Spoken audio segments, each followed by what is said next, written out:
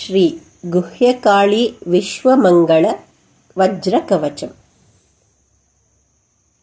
ಅಸ್ಯ ವಿಶ್ವಮಂಗಳಂ ನಾಮ ಶ್ರೀ ಗುಹ್ಯಕಾಳಿ ಮಹಾವಜ್ರಕವಚಸ್ಯ ಸಂವರ್ತ ಋಷಿಃ ಅನುಷ್ಠುಪ್ ಛಂದಃ ಏಕವಕ್ತ್ರಾದಿಶತವಕ್ತ್ರಾಂತಾ ಗುಹ್ಯಕಾಳಿ ದೇವತಾ ಫ್ರೈಂ ಬೀಜಂ ಸ್ಪ್ರೈಂ ಶಕ್ತಿಃ ಛ್ರೀಂ ಕೀಳಕಂ ಸರ್ವಾಭೀಷ್ಟಸಿದ್ಧಿಪೂರ್ವಕಾತ್ಮರಕ್ಷಣೆ ಜಪೆ ವಿನಿಯೋಗಃ. ಓಂ ಫ್ರೇಂ ಪಾತು ಶಿರಃ ಸಿದ್ಧಿಕರಾಳಿ ಕಾಳಿಕಾ ಮಮ. ಹ್ರೀಂ ಛ್ರೀಂ ಲಲಾಟಂ ಮೇ ಸಿದ್ಧಿವಿಕರಾಳಿ ಸದಾವತು. ಶ್ರೀಂ ಕ್ಲೀಂ ಮುಖಂ ಚಂಡಯೋಗೇಶ್ವರಿ ರಕ್ಷತು ಸರ್ವದಾ. ಓಂ ಸ್ತ್ರೀಂ ಕರ್ಣೌ ವಜ್ರಕಪಾಲಿನಿ ಮೇ ಕಾಳಿಕಾವತು. ಐಂ ಕ್ರೌಂ ಹನೂ ಕಾಲಸಂಕರ್ಷಣಾ ಮೇ ಪಾತು ಕಾಳಿಕಾ. ಕ್ರೀಂ ಕ್ರೌಂ ಭ್ರುವಾವೂಗ್ರಚಂಡಾ ಕಾಳಿಕಾ ಮೇ ಸದಾವತು. ಹಾಂ ಕ್ಷೌಂ ನೇತ್ರೇ ಸಿದ್ಧಿಲಕ್ಷ್ಮೀರವತು ಪ್ರತ್ಯಹಂ ಮಮ. ಹೂಂ ಹ್ರೌಂ ನಾಸಾಂ ಚಂಡಕಾಪಾಲಿನಿ ಮೇ ಸರ್ವದಾವತು. ಆಂ ಈಂ ಓಷ್ಠಾಧರೌ ಪಾತು ಸದಾ ಸಮಯಕುಬ್ಜಿಕಾ. ಗ್ಲೂಂ ಗ್ಲೌಂ ದಂತಾನ್ ರಾಜರಾಜೇಶ್ವರಿ ಮೇ ರಕ್ಷತಾತ್ ಸದಾ. ಜೂಂ ಸಹ ಸದಾ ಮೇ ರಸನಾಂ ಪಾತು ಶ್ರೀಜಯಭೈರವೀ. ಸ್ಪ್ರೇಂ ಸ್ಪ್ರೇಂ ಪಾತು ಸ್ವರ್ಣಕೋಟೇಶ್ವರಿ ಮೇ ಚುಬುಕಂ ಸದಾ. ಬ್ಲೂಂ ಬ್ಲೌಂ ಕಂಠಂ ರಕ್ಷತು ಮೇ ಸರ್ವದಾ ತುಂಬುರೇಶ್ವರಿ. ಕ್ಷೂಂ ಕ್ಷೌಂ ಮೇ ರಾಜಮಾತಂಗೀ ಸ್ಕಂದೌ ರಕ್ಷತು ಸರ್ವದಾ. ಫ್ರಾಂ ಫ್ರೌಂ ಭುಜೌ ವಜ್ರಚಂಡೇಶ್ವರಿ ರಕ್ಷತು ಮೇ ಸದಾ. ಸ್ತ್ರೈಂ ಸ್ತ್ರೌಂ ವಕ್ಷಸ್ಥಲಂ ಪಾತು ಜಯಝಾಂಕೇಶ್ವರಿ ಮಮ. ಫೀಂ ಫಾಂ ಕರೌ ರಕ್ಷತು ಮೇ ಶಿವದೂತಿ ಚ ಸರ್ವದಾ. ಛ್ರೈಂ ಛ್ರೌಂ ಮೇ ಜಠರಂ ಪಾತು ಫೇತ್ಕಾರಿ ಘೋರರಾವಿಣೀ. ಸ್ತ್ರೈಂ ಸ್ತ್ರೌಂ ಗುಹ್ಯೇಶ್ವರಿ ನಾಭೀಂ ಮಮ ರಕ್ಷತು ಸರ್ವದಾ. ಕ್ಷುಂ ಕ್ಷೌಂ ಪಾರ್ಶ್ವೋ ಸದಾ ಪಾತು ಭಾಭುವಿ ಘೋರರೂಪಿಣೀ. ಗ್ರೂಂ ಗ್ರೌಂ ಕುಲೇಶ್ವರಿ ಪಾತು ಮಮ ಪೃಷ್ಠಂ ಚ ಸರ್ವದಾ.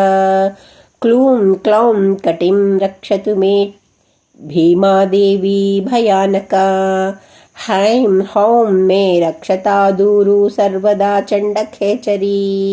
ಸ್ಪೌಂ ಸ್ಪ್ರೌಂ ಮೇ ಜಾನುನಿ ಪಾತು ಕೋರಂಗಿ ಭೀಷಣಾನನ. ಥ್ರೀಂ ಥ್ರೀಂ ಜಂಘಾಯುಗಂ ಪಾತು ತಾಮಸಿ ಸರ್ವದಾ ಮಮ. ಝ್ರೈಂ ಝ್ರೌಂ ಪಾದೌ ಮಹಾವಿದ್ಯಾ ಸರ್ವದಾ ಮಮ ರಕ್ಷತು. ಡ್ರೀಂ ಠ್ರೀಂ ವಾಗೀಶ್ವರಿ ಸರ್ವಾನ್ ಸಂಧೀನ್ ದೇಹಸ್ಯ ಮೇವತು. ಖ್ರೈಂ ಖ್ರೌಂ ಶರೀರಧಾತೋನ್ಮೇ ಕಾಮಾಖ್ಯಾ ಸರ್ವದಾವತು. ಬ್ರೀಂ ಭ್ರೂಂ ಕಾತ್ಯಾಯನಿ ಪಾತು ದಶ ವಾಯೂಂಸ್ತನೋದ್ಭವಾನ್. ಜುಲೂಂ ಜ್ಲೌಂ ಪಾತು ಮಹಾಲಕ್ಷ್ಮೀ ಖಾನ್ಯೇಕಾದಶ ಸರ್ವದಾ. ಐಂ ಔಂ ಅನೂಕ್ತಂ ಯತ್ ಸ್ಥಾನಂ ಶರೀರೇ ತಂ ಬಹಿಶ್ಚ ಮೇ. ತತ್ಸರ್ವಂ ಸರ್ವದಾ ಪಾತು ಹರಸಿದ್ಧಾ ಹರಪ್ರಿಯಾ. ಫ್ರೇಂ ಛ್ರೀಂ ಹ್ರೀಂ ಸ್ತ್ರೀಂ ಹೂಂ ಶರೀರಸಕಲಂ ಸರ್ವದಾ ಮಮ. ಗುಹ್ಯಕಾಳಿ ದಿವಾರಾತ್ರೌ ಸಂಧ್ಯಾಸು ಪರಿರಕ್ಷತು. ಇತಿ ತೇ ಕವಚಂ ಪ್ರೋಕ್ತಂ ನಾಮ್ನ್ಯಾ ಚ ವಿಶ್ವಮಂಗಳಂ. ಸರ್ವೇಭ್ಯಃ ಕವಚೇಭ್ಯಸ್ತು ಶ್ರೇಷ್ಠಂ ಸಾರತರಂ ಪರಂ. ಇದಂ ಪಠಿತ್ವಾ ತ್ವಂ ದೇಹಂ ಭಸ್ಮನೈವಾವಗುಂಠ್ಯ ಚ. ತತ್ತತ್ಸ್ಥಾನೇಷು ವಿನ್ಯಸ್ಯ ಬದ್ಧವಾದಃ ಕವಚಂ ದೃಢಂ. ದಶವಾರಾನ್ ಮನುಂ ಜಪ್ತ್ವಾ ಯತ್ರ ಕುತ್ರಾಪಿ ಗಚ್ಚತು. ಸಮರೇ ನಿಪತಚ್ಛಸ್ತ್ರೇರಣ್ಯೇ ಸ್ವಾಪದಸಂಕುಲೇ. ಶ್ಮಶಾನೆ ಪ್ರೇತಭೂತಾಢ್ಯ ಕಾಂತಾರೆ ದಸ್ಯು ಸಂಕುಲೇ. ರಾಜದ್ವಾರೆ ಸಪಿಶುನೆ ಗಹ್ವರೆ ಸರ್ಪವೇಷ್ಟಿತೆ.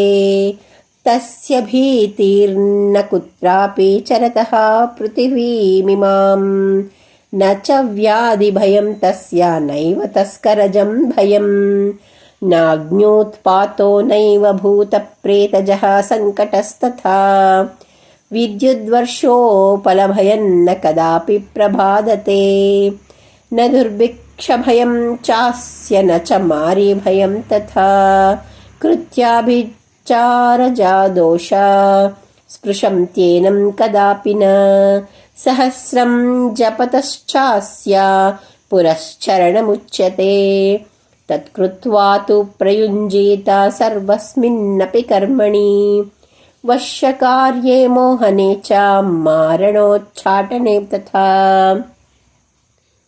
स्तम्भने च तथा द्वेषे तथा कृत्याभिचारयो दुर्गभङ्गे तथा युद्धे परचक्रनिवारणे एतत्प्रयोगात् सर्वाणि कार्याणि परिसाधयेत् भूतावेशं नाशयति विवादे जयति द्विषः सङ्कटं तरति क्षिप्रं कलहे जयमाप्नुयात् यदीच्छेत् महतीं लक्ष्मीं तनयानायुरेव च विद्यां कान्तिं तथौन्नत्यं यशम् आरोग्यमेव च भोगान् सौख्यं विघ्नहानिमनालस्यं महोदयम् अधीहि कवचं नित्यममुनामुञ्चप्रिये कवचेनामुना सर्वं संसाधयति साधकः यद्यद्यायति चित्तेन सिद्धं तत्तत्पुरः